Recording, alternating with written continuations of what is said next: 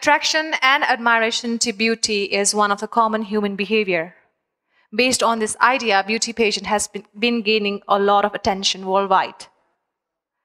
There are bodies or institutions that has been supporting or speaking against beauty pageant. Some say it is a platform to create a community for a positive role model, whereas some says that beauty pageant is all about body objectification and commodification. Based on this idea, today we are having a discussion, and the topic is Feminists should support beauty pageant. Namaste and welcome to the new episode of Debate Star. We are very proud to announce to you that this is the first ever debate reality show based on parliamentary model. Today we have two teams. We have team NLC Girls as a ruling party, whereas for the opposition team, we have Team Up Against Bullying. They have a quite interesting name, giving a message as well. You are watching us exclusively on News 24 television. I'm your host, Subin Limbu, and our sponsors are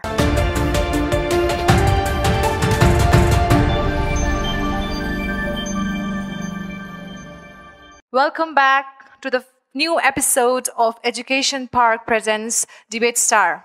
We have two teams as a ruling party and as an opposition party as well. For a ruling party, we have Team NLC Girls, whereas for the opposition party, we have Team Up Against Bullying. Very interesting name with a message. As I've mentioned, the topic for a discussion is, this house believes that feminists should support beauty pageant. Among the judges panel, today we have Professor Dr. Surendra Kesi. We also have Nepali actress Sanchita Luitel. We also have Professor Ramesh Silwar. We are entering into a team introduction round, and I'd like to request the ruling party, Team NLC Girls, to introduce themselves. Me, Sujata Kesi, as a Prime Minister. Namaste. I am Salina Rimal, representing as Deputy Prime Minister. Hello, I am Rajani Banjara, representing as Government Whip. I'd like to request the opposition party to introduce themselves. My name is Angsunam Sherpa. I'm the leader of opposition in this debate. Hi, my name is Saurabh Bhatta. I'll be speaking as the Deputy Leader of Opposition. Anudit Basnet, I'll be the Opposition Whip. Time for us to buckle up and enter the main debate session. Today's topic is, this house believes that feminists should support beauty pageant. I'd like to request the Prime Minister from the ruling party to come forward and give her views on this matter. Respected House, me, as a Prime Minister, would like to present a proposition of the motion. This House believes feminists should support beauty pageants. First of all, I would like to discuss on feminism. What feminism actually is. Feminism is a movement aimed at founding and demanding the equal political, economic, and social rights, and the equal opportunities for women and men as well. A chance to liberate both men and women. Feminists are the supporters of feminism. Feminism do not work to control men, nor they do hate men, but they work for maintaining the equal status of both the men and women in the society, for the betterment of the both men and women in the society. And then beauty pageants. What beauty pageant is? Beauty pageants are the competition, judging and ranking the contestants based on their physical attributes, incorporating their personality traits, intelligence, talents, and answers to the judges' questions. Beauty pageants are all about empowerment. Trainings given to the contestants of beauty pageants are not only about the modeling or fashion, but related with the knowledge, confidence, boldness, and spontaneity as well. It's not about being the best or being better than anyone else, but being the real you. And it's all about celebrating the differences and that makes you the things that makes you the unique. They are a way of raising the awareness on social issues. Beauty is all about being ambitious, being intelligent, being just it's all about just what you are doing about the people around you. And we had prepared some sorts of strategies supporting that beauty pageants should be supported by the feminist. First one, this house encourages beauty pageants which are affordable and of various categories like Miss Nepal, Miss Plus Size, Miss Wheelchair, Miss Moral, etc. that enhance social justice and substantive equality. Equal treatment for equal in equal circumstances and situations necessary for the welfare state and the overall development of the nation. Second one, deploying the winners of beauty pageants as goodwill ambassadors and engaging them in the campaigns for the reforms on issues such as reproductive rights, domestic violence, maternity care, sexual harassment, sexual violence, etc. and utilizing their widely accepted fame in the positive activities in the society. True feminists with original ideas and values of the movements should support a woman freely choosing to participate in and a well-accepted form of beauty pageants, contributing for overall women empowerment along with the development of their faculties, self-realization, self-image, identity, and economic development. These are the keys to the feminist ideas as well. Organizing a beauty pageant, setting the realistic standards where beauty is not quantified and not highlighted within the myth of perfect 10. Instead, following the criteria and focusing on the main criteria like beauty with purpose. This house proposes beauty pageants at such platforms, providing the international recognition to one's nation. It's not about the celebrating the external beauty, but the inner beauty in the international platform too. These could enhance the development in the trade and the tourism as well. Beauty is not about only the game of crowns. The economic movement, the feminist economic movement, its economic and political movement is all about celebrating the differences between man and woman and equally making them equally stable in the society. That's why more than a game of crowns, beauty pageants is all about global political economy of beauty pageants. And this house supports this. The global political and economic beauty pageants. Thank you. Now, in order to defend her views, I'd like to request the opposition party, the leader, to give his thoughts on this matter. Panel.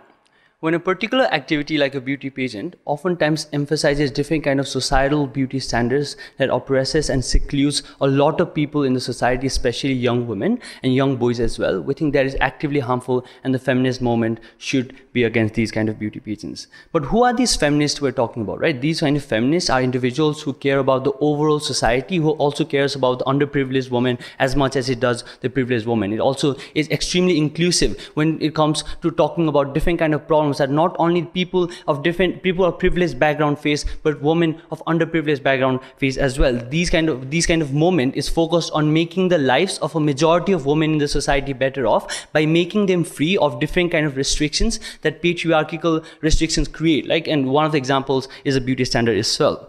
Couple of things to rebut before I begin my arguments. The first thing that we heard from the side government today is the idea of how they create awareness on different kind of social issues. We think that is not really an argument that can be specifically catered to these beauty pageants only, right? Because we think the societal awareness of these kind of issues is raising in the status quo, regardless of these kind of beauty pageants coming up and talking about these things. But moreover, we think there are different kinds of harms that these beauty pageants do, which I'm going to talk about later on. But even then, even if they create this awareness in a marginal level, we think the kind of harms that you do in terms of providing these restrictions, providing these beauty standards in the society is extremely harmful, and we should not do it regardless. They talk about different kind of global pageants, global economic and social pageants. We think this debate is mostly about the most prominent beauty pageants that happen in national and international level. That is the pageants that we're talking about, right? Because those have the most impact. So first first of all, let's just talk about like how these pageants work and how do they activate, how do they operate, right? These kind of beauty pageants oftentimes emphasize different kind of societal beauty standards that you need to conform to in order to win. For instance, you have to be a thin person to win. You have to have a fair skin. You need to be a tall person. In Nepal, you cannot participate in Miss Nepal if you are not above 5'4". You cannot participate in Miss Korea if you're not below 50 kg. We think these kind of standards are still there in these kind of beauty pageants, right? They talk about these inner biases, but inner beauty that is glorified in these beauty pageants. But we think the emphasis on these later, man. But the emphasis on these kind of beauty pageants is oftentimes on the biases that society has already on what is beautiful and what is not. We think that is extremely harmful. Sure, there are different kind of rounds that emphasize on different kind of skills and talents, but still the major emphasis here is that even if you have a skill that is beneficial, you still need to be beautiful in order to win. We think that is actively harmful. So, but why is it important, right? Because we think a lot of people who watch these kind of beauty pageants who do not conform to these beauty standards, like people who are not fair, people who are not tall enough, people who are not conforming to beauty standards that are in the society, feel secluded and do not feel comfortable in their body. They do not have the kind of self-esteem that people who are privileged with these beauty standards have. We think that is actively harmful. But moreover, it also encourages different kind of teenagers to engage in different kind of unhealthy habits or going into extremely prolonged diets, like harming your health, right? You go against different kinds, you go for different kind of surgeries that actively harms your health. We think that is extremely harmful. But moreover, secondly, why do you think it's harmful to the participants themselves? We think firstly, this like the process of these kind of beauty pageants working is like going through different kind of rounds and levels where you're constantly judged, most importantly on the basis of how you look and how you look from outside, right? These people have to invest heavily, not only in terms of cost, but also in terms of time and resources of their life, right? But why is this harmful? It harms their self-esteem. When you're constantly judged by the way you look and the way you are perceived by a lot of people staring at you every time you walk, we think that has a direct impact upon how you perceive yourselves, how you value yourself, where you consider yourself not more than how you look. We think that is extremely harmful to the participants themselves. But moreover, there are different kind of health harms that exist, that accrue to these participants in terms of them taking different kind of taking different kinds of diets that are harmful to their health, them partaking in different kind of surgeries that should not have happened if considering their health, them by being actively in gyms even like in longer hours than what is normal and what is healthy. We think these are the harms that feminism movement should never support. We're very proud to oppose.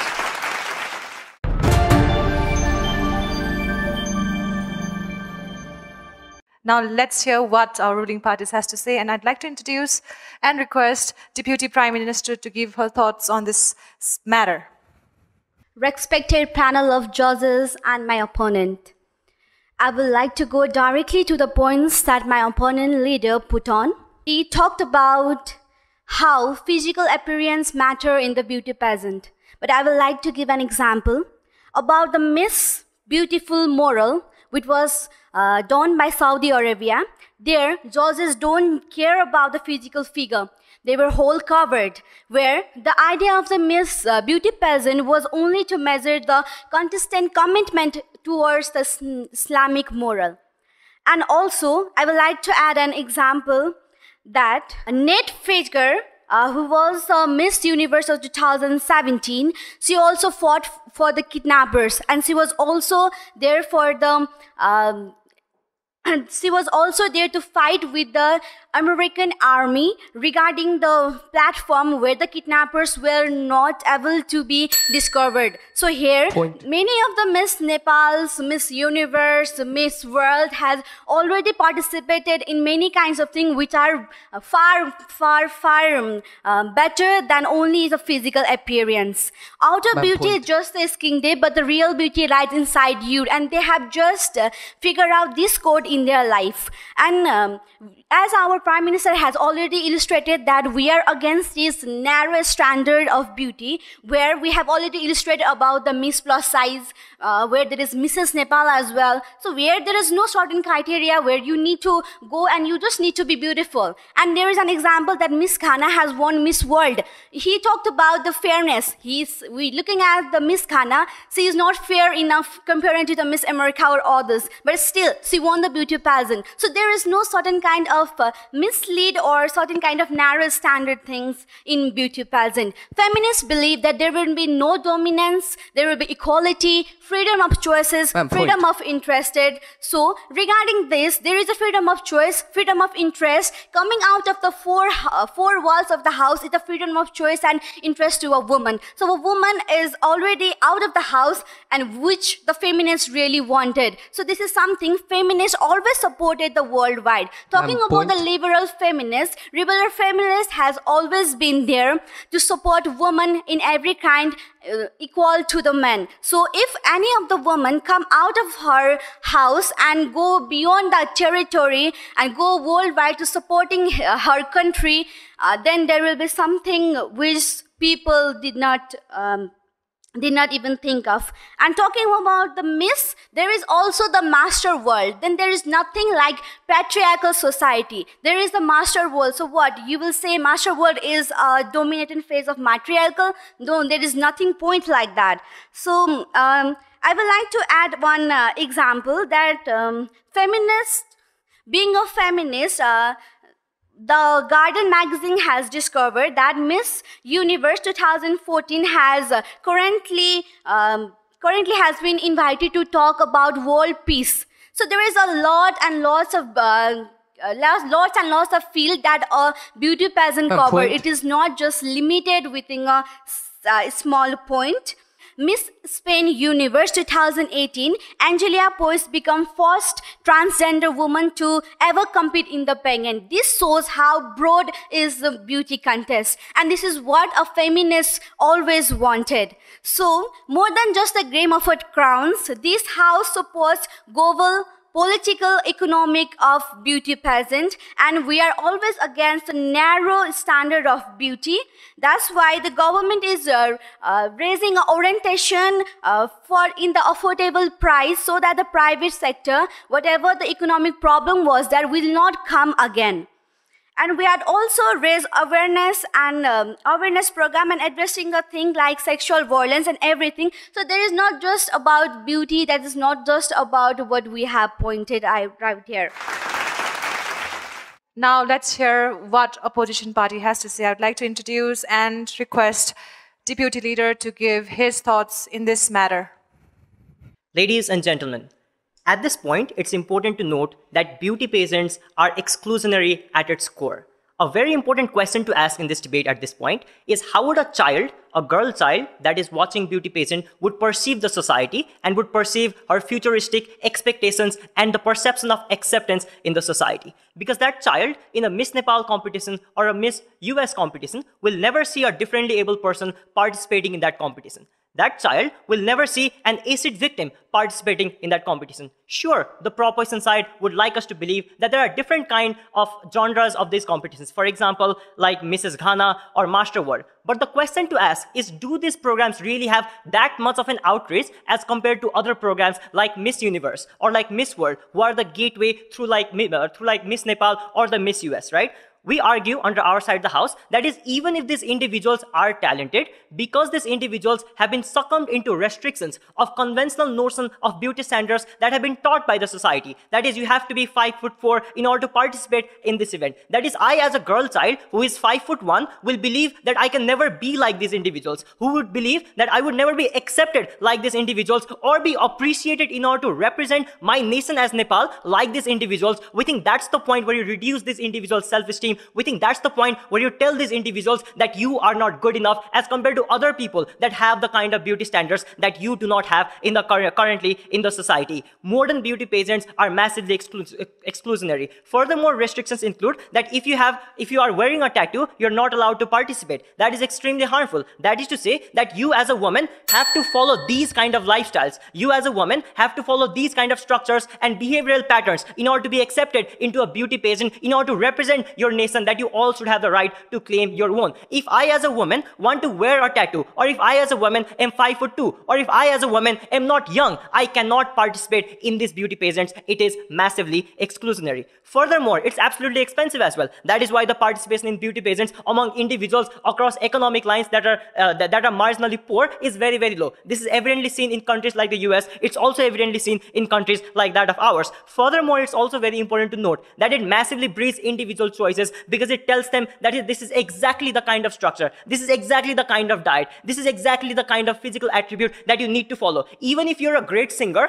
or an amazing interpreter or an amazing analyst, you still have to be like this in terms of looks in order to participate or even to demonstrate the kind of skills that you think is important. Furthermore, it's also exclusionary in a premises that is evident in the United States, that the African American population that has won Miss US is very, very low, maybe 1 or maybe 2. It is a white kind of basis of metric of judgment. It is the succumbing of Eurocentric beauty standards that all should subscribe to. But furthermore, it's also important to note that feminist movement needs to identify an equitable ground for women of all different kind of skin color, of women of all ethnic backgrounds, of women of all economic backgrounds. That's the kind of inclusion that major beauty pageants must hold into in order to really empower all kind of women in the kind of country that we're particularly living in, right? Furthermore, it's also important to note in many instances, these beauty pageants are majority centered. That is the reason why in the same example of Saudi Arabia, a Shia Muslim in Saudi Arabia would not necessarily have the same ability to participate in the Miss Saudi Arabia competition, or have the same ability of winning that particular competition as well. That is why Christians in Syria cannot necessarily win beauty pageants in that particular country. It is exclusionary even across religious lines, across racial lines, and across other forms of ethnic lines as well. If we have a competition that tells women that these are the criteria that is fundamental for your existence in order to represent the nation that you all have the right to claim your own, we think that's the point where major form of exclusion happens. But we've already told you that how individuals perceive and how individuals grow in the society when they see these kind of institutions is that if I'm an acid victim, I will never have the same kind of feeling of acceptance in the society. I will live my entire life feeling that I'm less off as compared to other individuals and institutions that are seen to be very much empowered and are seen to be conventionally fit and fine to represent the kind of country that I too have the right to call that I'm important on this. For all these reasons,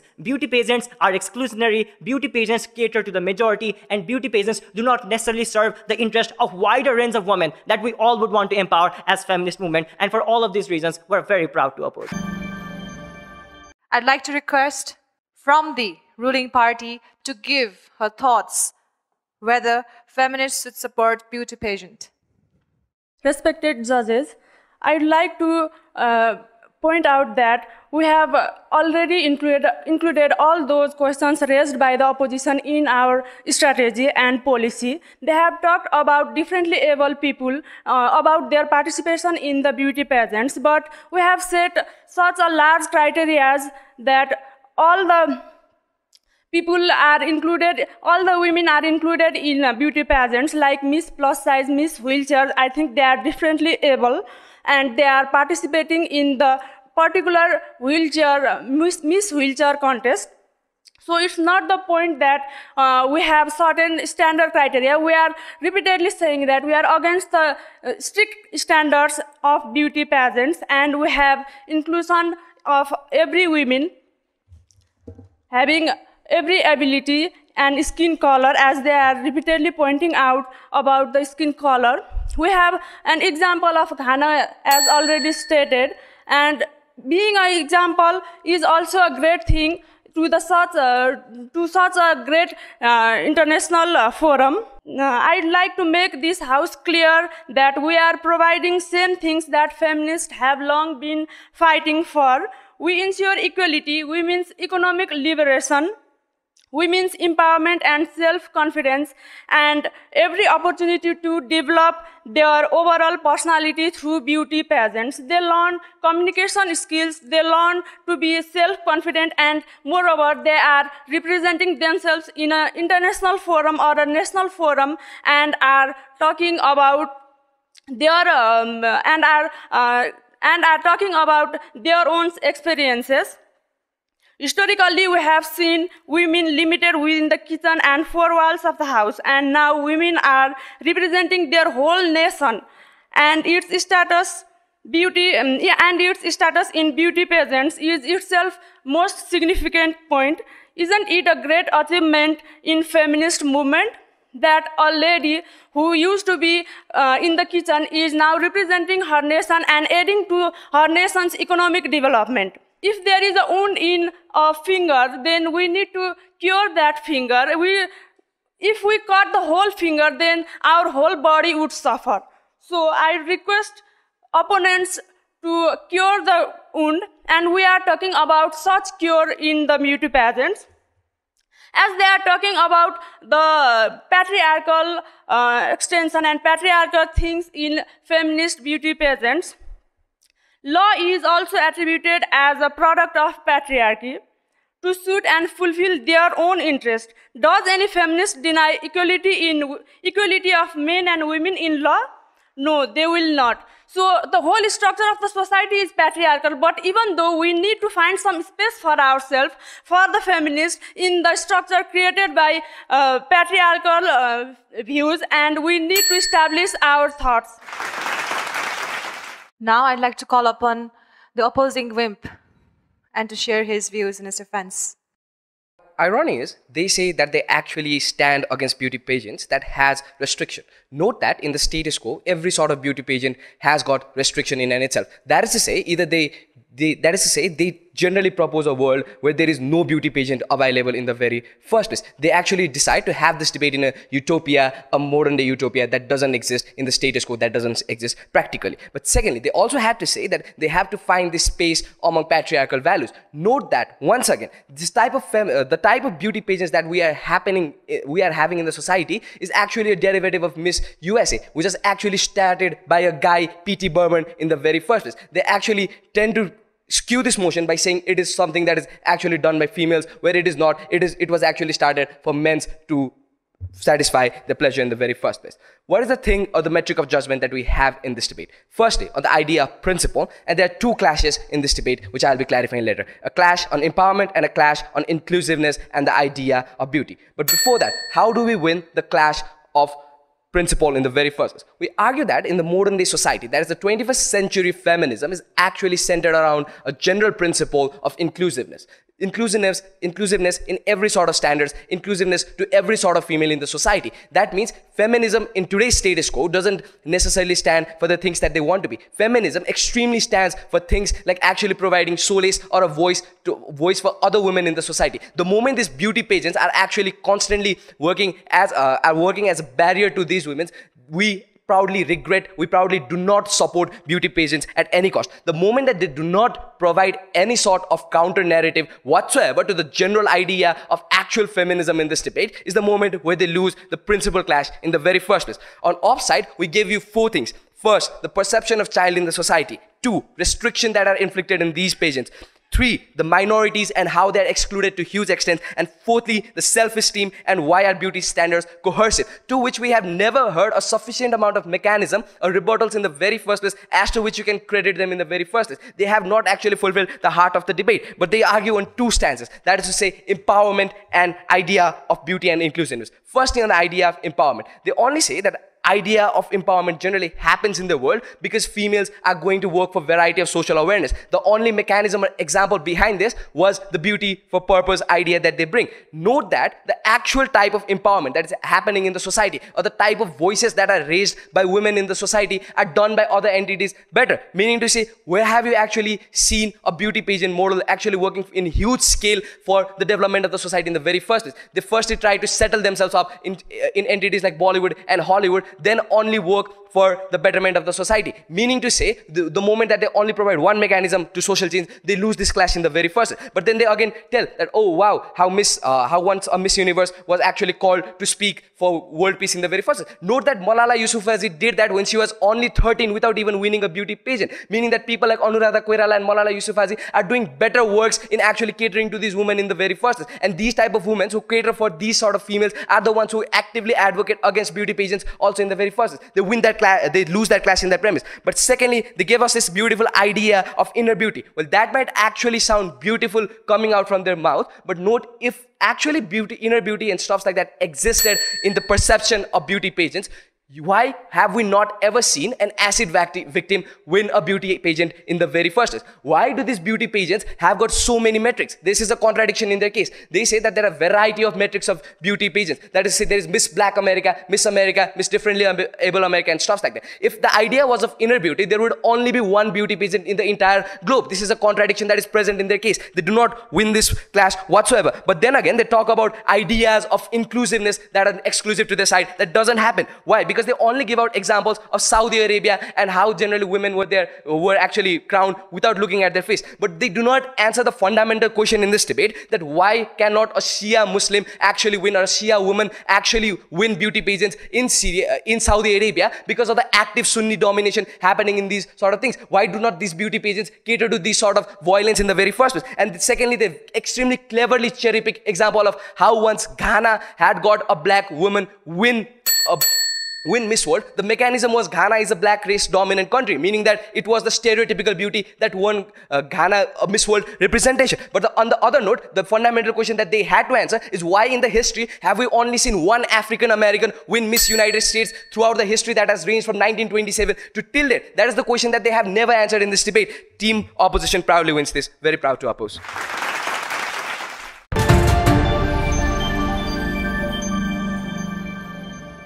Now is the time for a concluding speaker, and I'd like to request each team to choose one member as a concluding speaker, and for that, I'd like to request the opposition party to come forward and give a concluding views of the topic. Respected panel, there are three kinds of people that we serve inside opposition that they ignore in this debate. The first are those who are unprivileged in the society. These include people who do not conform to the societal standards of beauty. These people include who are minorities and who are poor. We told you how these people are constantly secluded when these kind of things these kind of societal standards are glamorized in these kind of beauty pageants. We told you the harms that it has on their self-esteem and their self-perception. The only thing that they wanted to engage in this idea is that there are many pageants that represent everyone's voices. There's Miss Ghana, there's Miss everything, right? But the problem with that then becomes, that we already pointed out in our speech again, is how these things are oftentimes put on side, right? These are only there just to be there. It's not something that is actually representative of their voice, which means there is no one here who knows who Miss Sherpa 2018 is, right? That is just a tokenistic appreciation that you also get this without actually providing them representation. But then again, they talk about how inner beauty is something that is valued. But we already questioned how there are different kind of requirements in almost every kind of mainstream Miss USA or Miss Nepal, which they never really responded to. But then we also talked about how women who conform to these beauty standards as well are harmed on the outside. It harms their self-esteem, where they constantly think that they are not more than what they look from outside. Right? There are different kind of health harms that they have to conform to different kind of beautiful beauty standards, where they actively harm their own self-identity of who they are. The only thing that they responded to was that in the third speech they talked how they're against any kind of beauty restrictions, right? But if that means that importantly that means that they're against any kind of beauty standards, they're against any kind of beauty pageants that we're talking about in this debate, because every beauty agency has that restrictions. Then we talked about the participants themselves, right? We talked about how they have to invest heavily in these kind of beauty pageants, how they feel uncomfortable being objectified in every single round, where they're constantly judged on how they look rather than what they have in their mind. The only thing that they talked is their empowerment. But then we questioned from the very first piece, that they have never really proven why this empowerment can only come from an institution that is oppressive to a lot of people in the society, why it only has to be Miss Pageant, why it cannot be a debate star program like this. That is something that they have never responded to. Because of all these reasons, we beg to oppose. Thank you. We've heard the views from a concluding speaker from the opposition party. Now let's hear what the ruling party has to say. I'd like to request the concluding speaker from the ruling party. A confident woman has a power to make real changes, starting in her local community with the potential to reach a global audience. We encourage every woman to get out of her comfort zone, be herself, and continue to define what it means to be confidently beautiful. Here, they talked about a lot of criteria regarding everything. Even in the army, there is a certain criteria of measurement. Even in the wrestling, there is certain criteria of weight. We can't deny these things. In everything, there is certain criteria to put and certain standard. So that is not bad. That is not bad at all. So around 2.5 million girls are participating in beauty pageant, and they are gaining some kind of images and self-confidence from there. So where will you put that 2.5 million girls? Do you have anything else to do with that beauty pageant winner or beauty pageant participant girl who have gained confidence in themselves, whose other people didn't give it?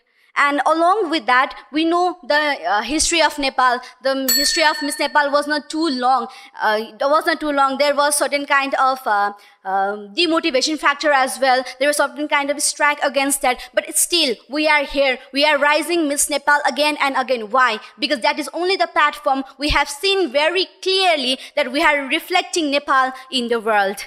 Here we are talking about changing every negative aspect of beauty pageant to encourage the feminist and opponent, but still the opponent are stick in that stereotypical criteria that were in the past. Everything needs times to grow. We are well known about the large history. It did not pop up so soon that Miss Nepal or Miss World. It took long period that every changes need time to grow. So with the concept of Miss Plus Size, Miss Wheelchair, it will take time to grow. And one day we will definitely see them in the huge platform. Eating healthy things, exercising are not that bad. It is a healthy habit that we all need to grow up, because we know the data that USA, many people are dying of obesity. So here, I want to say that our government is trying to change the perception that beauty pageant is the worldwide thing, so every woman should be there to gloom up her. So here, I conclude that our government supports the beauty pageant, and feminists should also support beauty pageant. Thank you. Time for us to hear the feedback from our judges panel, and I'd like to start from Surendra sir. How do you find the presentation of our speakers? Still, I remember our female leader there in Parliament who were protesting very roughly against the peasant. What I heard nowadays is they are in line of these types of peasant and spend most of the time in the beauty parlor. How the women almost like these types of practices, as the opposition party has raised the class gap, economically class gap. Few women are there who are even not able to join these types of peasant. Differently able are not able to join this. This is also countered by the government side. I hope these types of competitions give some sorts of inputs to enhance their feeling and making personality future to come. Thank you, Surendra sir, for such a wonderful, insightful feedback. Now I'd like to ask Sanchita ma'am, how do you find the speaker's presentation? Being an actress, for me, this topic is very interesting. We all are quite familiar with this topic. Beauty pageants have been long time criticized in our society regarding extending presence and at the same time negative in our society also. I think the Prime Minister, Deputy Prime Minister, Government Whip, leader, opposition leader and whip, all are very powerful in the sense, and let's see who will win the show. Now I'd like to ask Ramesh sir, how do you find the entire presentation? Government side, Prime Minister, Deputy Prime Minister as well as whip, they put their views in a very clear-cut way. I enjoyed a lot. I enjoyed a lot. But one thing is, there is repetition of the same views again and again. If you observe the once again, and there is some sort of repetitions. Number second is, you have somewhere diverted while during your presentation. But in other cases, I enjoyed a lot. In opposition side, I found, a whip of the government side is very polite and very soft-spoken person. Yeah. Same way, the opposition leader is very soft-spoken person. Normally, opposition leader is much more aggressive, than the ruling party. But I found that you are very soft-spoken person, and you put your views in a very clear-cut way. I like the presentation of Mr. Saurabh Bhatta and Amudit Basnet. Yeah, you look like opposition leaders. Maybe you are the deputy leader as well as whip. Thank you, Ramesh sir. Thank you, judges, for your feedback. I believe our speaker will consider your comments in their real life as well. Now it's time for us to announce the winner of this debate competition, and I'd like to request again to Ramesh sir to announce who is going to be the winner of this debate star in today's episode. According to our decision, though both are very competent and they put their views in a very clear-cut ways, the winner of this part is opposition side, gentleman side. We had team NLC girls versus team as a team up against bullying, and the winner is the opposition party team up against bullying. Congratulations. Let's give them a big hand. Concluding the event, I'd like to ask our team members once again to cross the floor and shake your hands, and let us give a good example of a good sportsmanship.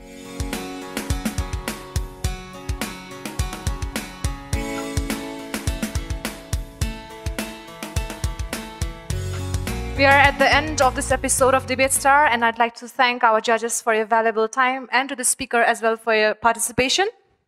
But don't go anywhere. We will be coming up with new episode with more interesting topic, and we'll also have a very good and effective intellectual war among the participants.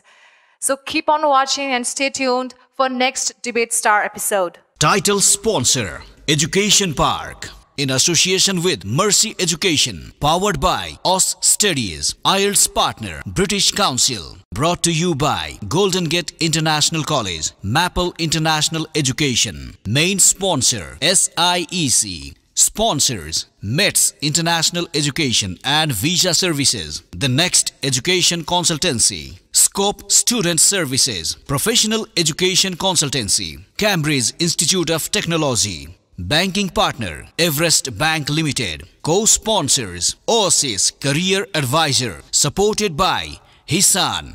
In partnership with Debate Network Nepal, organized by Abhiyan Multimedia. Media partner, Annapurna Sampurna. Creative partner, Fulcrum Consulting Private Limited. Exclusively on News 24 Television.